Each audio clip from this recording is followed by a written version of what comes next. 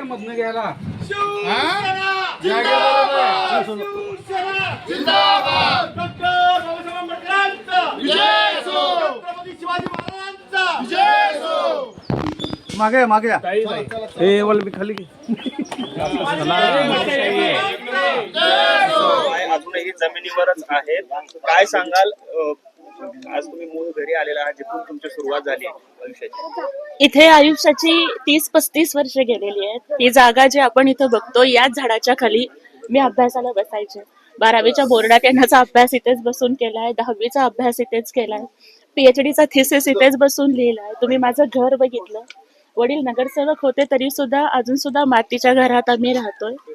म्हणजे मला माननीय एकनाथजी शिंदे साहेबांचे आणि खासदार डॉक्टर श्रीकांत शिंदे साहेबांचं मनापासून आभार मानायचंय की जिच्या आजोबांनी पणजोबांनी रस्त्यावर बसून चपला शिवल्या होत्या, जिच्या वडिलांनी हॉटेलमध्ये वेटर म्हणून विटाच्या भट्टीवर काम केलं, जिच्या आईनी नाकातोंडात कापूस गेला तरी चादरीच्या कारखान्यात काम केलं, अशा एका सर्वसामान्य मुलीला त्यांनी खासदार बनवलं, राज्यसभेवरची संधी दिली, याबद्दल मला त्यांचे मनापासून आभार मानायचे आहे.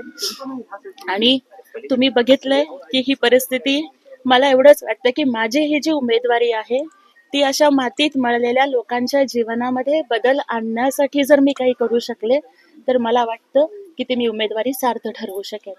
ताई, खरं तर तुम्ही भावनिक झालेल्या आहात, भावूक झालेले आहात, कारण एवढी मोठी संधी जी आहे पक्षाने दिलेली आहे, विशेषतः एकनाथ शिंदे साहेबांनी. काय सांगाल, त्यांच्याबद्दल कशा भावना व्यक्त कराल? आदरणीय एकनाथजी शिंदे साहेबांच्या बद्दल आणि खासदार डॉक्टर श्रीकांत शिंदे साहेबांबद्दल कितीही बोललं तरी कमी आहे.